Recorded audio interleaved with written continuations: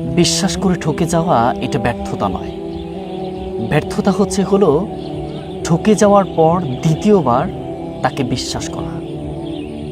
আমরা ঠকে যাওয়ার পরে দ্বিতীয়বার যদি কাউকে আবার বিশ্বাস করতে যাই, তাহলে সে বিশ্বাসটাই হবে আমাদের জীবনের সবচাইতে বড় ব্যর্থতা এবং বোকামি।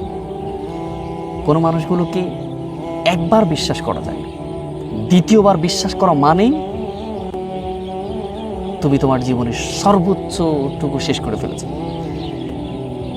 কারণ একবার ভুল করলে সব কিছু মেনে নেওয়া যায়, কিন্তু বারবার যখন ভুল করা যায় এবং ভুলের মধ্যে নিমজ্জিত হওয়া যায়, তখন সেটা বোকামি এবং ব্যর্থতা ছাড়া কিছু না।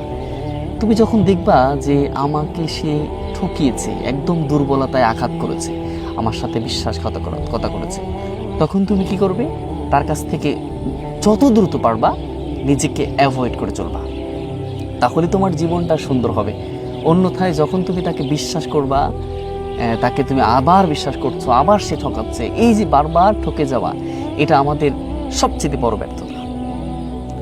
সেই জন্য আমাদের এটা মনে রাখতে হবে যে একবার আমরা ঠকে গিয়েছি ঠিক আছে, কিন্তু দ্বিতীয়বার কখনো এই ঠকে যাওয়াটা আমি পছন্দ করি না।